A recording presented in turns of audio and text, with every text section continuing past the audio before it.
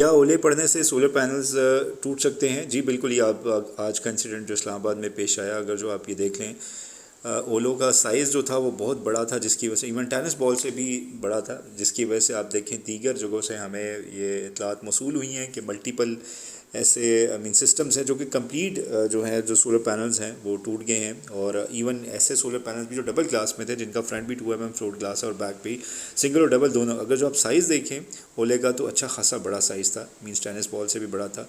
तो इस तरह की कुदरती आफत कोई भी नहीं रोक सकता। मीन्स इसमें ये कहें कि मीन्स इसमें पैनल का कसूर है, ये कुदरती आफत थी जिसकी वजह से अच्छा खासा जो लोगों को नुकसान हुआ, जिसमें स्पेशली जो इस्लामाबाद का सेक्टर है E11 और कुछ उसके जो दीगर सेक्टर्स हैं वहाँ पे शिद्दत के साथ ये जो हैं ओले पड़े हैं, जिसकी वजह से काफ़ी नुकसान हो गया है।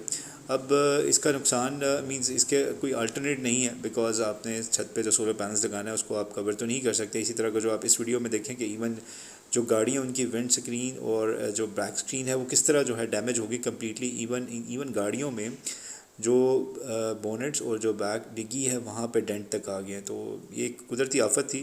अल्लाह ताला से दुआ है कि ऐसी आफात से हमें बचा के रखें, और जिन लोगों का माली नुकसान हुआ है अल्लाह ताला उनका पूरा करे। जज़ाकल्लाह खैरा।